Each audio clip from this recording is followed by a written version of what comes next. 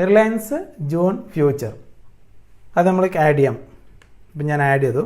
പിന്നെ അതെന്താണ് near month. ഇനി നെക്സ്റ്റ് മന്ത് അടുത്ത മാസത്തത് റിലയൻസ് ജൂലൈ ഫ്യൂച്ചർ അതും ആഡ് ചെയ്തു. പിന്നെ അതിൻ്റെ അടുത്ത മാസത്തത് റിലയൻസ് ഓഗസ്റ്റ് ഫ്യൂച്ചർ അതും ആഡ് ചെയ്തു. ഇപ്പോൾ റിലയൻസിൻ്റെ വില എത്രയാണ്? 2168. നിയർ മന്തും നെക്സ്റ്റ് മന്തും ഫാർ മന്തിൻ്റെ വില അവിടെ കൊടുത്തിട്ടുണ്ട്. അതിനേക്കാണ് കൂടുതലായിട്ട് കിടക്കും. അതെന്തുകൊണ്ടാണെന്ന് വെച്ചാൽ മാസം വരെ നമ്മൾ ഹോൾഡ് ചെയ്യുന്നുണ്ടല്ലോ. അപ്പോൾ ഒരു ടൈം വാല്യൂം പിന്നെ അതിൻ്റെ ഒരു ഇൻട്രസ്റ്റ് റേറ്റും ഉണ്ട്. അതാണ് ഷെയർ വാല്യൂവിനേക്കാണ് കൂടുതലായിട്ട് നിൽക്കുന്നത്. അപ്പോൾ നമുക്ക് ഇതിൽ ഏത് വേണേൽ വാങ്ങിക്കാം. ജൂണിൽ ഫ്യൂച്ചർ വാങ്ങിച്ചാൽ ജൂൺ അവസാനത്തെ വെള്ളിയാഴ്ച ഈ ഒരു കോൺട്രാക്റ്റ് തീരും. അന്ന് വരെയുള്ളൂ ഇതിൻ്റെ വാലിഡിറ്റി. അന്ന് എത്രയാണോ പ്രൈസ് ആ പ്രൈസ് നമുക്ക് വിറ്റാൽ കിട്ടും.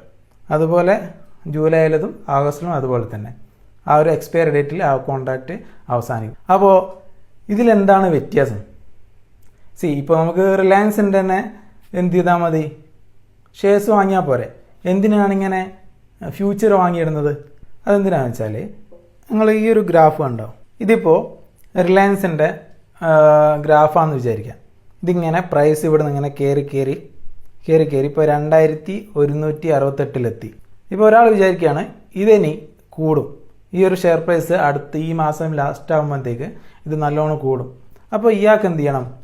ഈ ഒരു റിലയൻസിൻ്റെ ഷെയർസ് വാങ്ങണം. അപ്പോൾ റിലയൻസിൻ്റെ ഇപ്പം എന്താ റേറ്റ് 2168. അത് ഒരു 250 ക്വാണ്ടിറ്റി വാങ്ങണമെങ്കിൽ അയാൾ എത്ര ക്യാഷ് കൊടുക്കണം? ഇപ്പോൾ 2168 ഇൻറ്റു 250 5,42,000 രൂപ കൊടുക്കണം 250 ക്വാണ്ടിറ്റി വാങ്ങണമെങ്കിൽ. അതേ സ്ഥാനത്ത് ഈ ഒരു റിലയൻസിൻ്റെ ജൂണിലെ ഫ്യൂച്ചർ വാങ്ങിക്കണമെങ്കിൽ ഈ ഒരു എമൗണ്ട് കൊടുക്കണ്ട. അത് നിങ്ങൾക്ക് ഇവിടെ നിന്ന് കാൽക്കുലേറ്റ് ചെയ്യാം. ഇപ്പോൾ ഗൂഗിളിൽ പോയിട്ട് സെറോദ മാർജിൻ കാൽക്കുലേറ്റർ എന്ന് ടൈപ്പ് ചെയ്താൽ അവിടെ FN മാർജിൻ കാൽക്കുലേറ്റർ അത് സെലക്ട് ചെയ്യാം. സെലക്ട് ചെയ്തിട്ട് ഇവിടെ പ്രൊഡക്റ്റ് ഫ്യൂച്ചർ സെലക്ട് ചെയ്യുക. ഇവിടെ എക്സ്ചേഞ്ച് NFO എന്ന് പറഞ്ഞാൽ നിഫ്റ്റി ഓപ്ഷൻസ്. ഇവിടെ റിലയൻസ് ടൈപ്പ് ചെയ്യാം. റിലയൻസിൽ നമുക്ക് ഞാൻ പറഞ്ഞ 3 കോൺട്രാക്റ്റ് നമുക്ക് വാങ്ങിക്കാൻ പറ്റും. ഒന്ന് near month, next month, far month.